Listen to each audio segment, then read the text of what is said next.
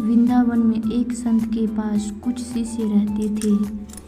उनमें से एक शिष्य मंद बुद्धि का था।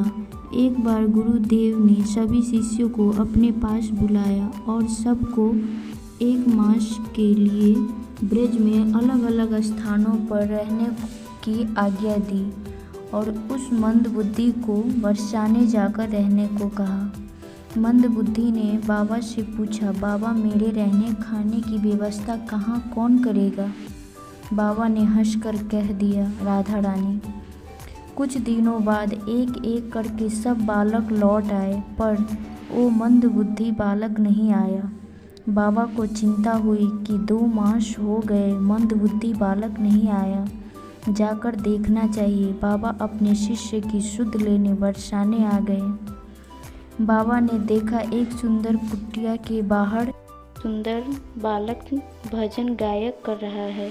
बाबा ने सोचा क्यों ना इन्हीं से पूछा जाए।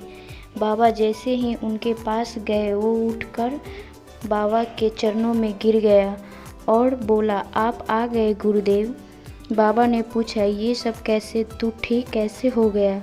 शिष्य, बाबा आपके ही कहने से किशोरी जी ने मेरे रहने खाने पीने की व्यवस्था की और मुझे ठीक कर भजन करना भी सिखा दिया। बाबा अपने शिष्य पर बरसती किशोरी जी की कृपा को देख बहुत प्रसन्न हुए और मन ही मन सोचने, मेरे शब्दों का मान रखते हुए मेरे शिष्य पर अपनी सारी कृपा उड़ेल दी किशोरी जी ने।